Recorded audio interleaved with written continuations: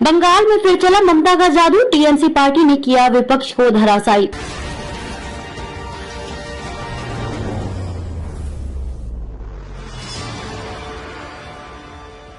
पश्चिम बंगाल पंचायत चुनाव 2023 में TMC party भारी जीत की ओर बढ़ती हुई दिख रही है। मंगलवार रात हुई मतपत्रों की गिनती में टीएमसी यानी सत्तारूढ़ दल तृणमूल कांग्रेस को अब तक घोषित परिणामों के चलते राज्य चुनाव आयोग ने अजय बढ़त दे दी है।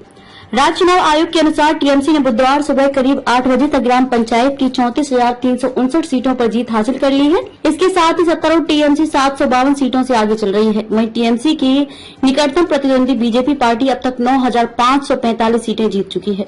साथ ही 80 सीटों पर आगे चल रही है। कुल मिलाकर ग्राम पंचायत की 63,229 सीटों पर चुनाव हो रहे हैं, जिनमें सीपीआई एम पार्टी ने 2,885 सीटों पर जीत हासिल की है और साथ ही 96 सीटों पर आगे चल रही है। कांग्रेस पार्टी ने भी 2,498 सीटों पर जीत हासिल कर 72 सीटों पर आगे चल रही है। मतगणना वाले दिन भी हुई थी बमबाजी। हालांकि मतगणना काफी हद तक शांतिपूर्ण तरीके से ही हुई, लेकिन छिटपुट घटनाओं के चलते भांगड़ में बम फेंके गए, जहां चुनाव से पहले कई लोगों की जानें भी चली गई।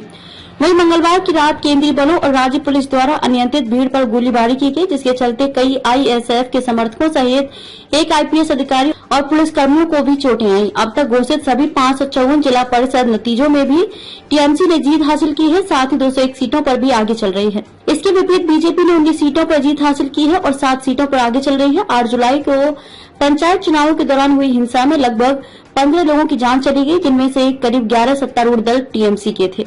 चुनावों की घोषणा के बाद पिछले महीने चुनाव संबंधित हिंसा में मरने वालों की संख्या 33 हो गई है, जिनमें से करीब 60% मौतें सत्ताधारी पार्टी से ताल्लुक रखती हैं। कई बूथों पर कराया गया पुनर्मतदान। वोट से छेड़छाड़ और हिंसा के आरोप के चलते विभिन्न दलों की ओर से एसईसी को 696 सीटों पर पुनर्मतदान कराने के आदेश देने के लिए मजबूर किया गया, जो कि शांतिपूर्ण तरीके से संपन्न हुआ। कलकत्ता हाईकोर्ट के हस्तक्षेप के चलते चुनाव और मतगणना दोनों के दौरान केंद्रीय पुलिस बलों की तैनाती की गई।